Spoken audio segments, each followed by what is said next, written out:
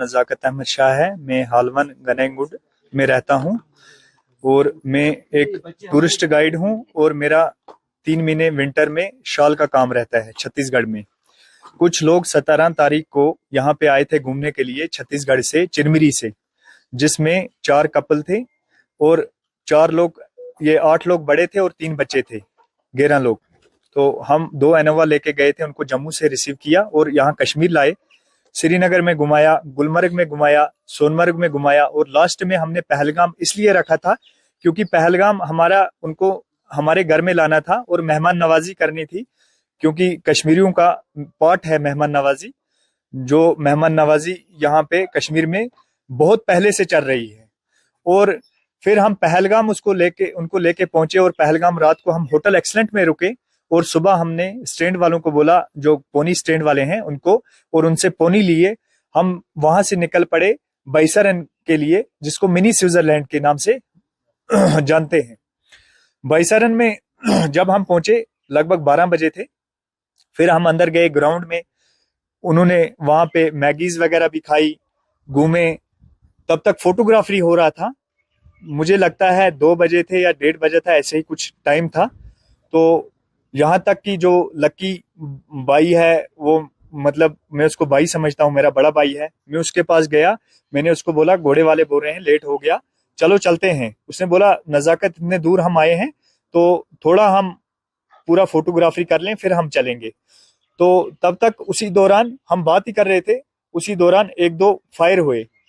तो उसने मुझे पूछा, लकी ने बोला ये क्या आवाज आ रही है। मुझे समझ नहीं आया, मैंने बोला पता नहीं पटाखे फूट रहे हैं क्या है। मैंने उसको बोला ये पटाखे बच्चे फोड़ रहे होंगे।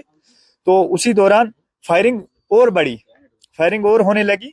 तो फायरिंग जब होने लगी तो फिर उसने फिर पूछा, मैंने बोला भैया मुझे नहीं पता है ये क्या हो रहा है। तो इतने में 1-2 हजार से ज्यादा भी टूरिस्ट हो सकते हैं उसमें, मिनी स्विट्जरलैंड में, बाइसरन में।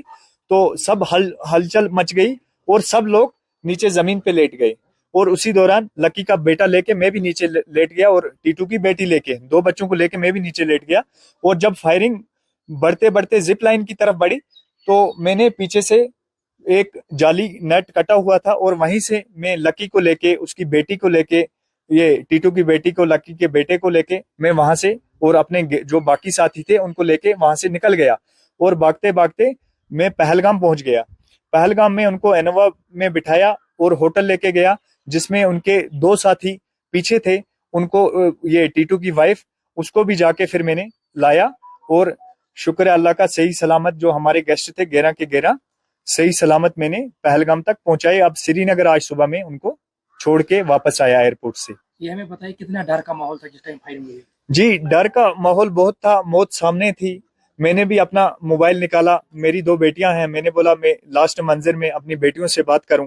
तो बदकिस्मती से मेरे फोन में नेटवर्क नहीं था और मैं मतलब उस टाइम यही था कि हर किसी को यही था। वो लकी ने भी बोला मेरे भैया मेरे बच्चे को बचाओ।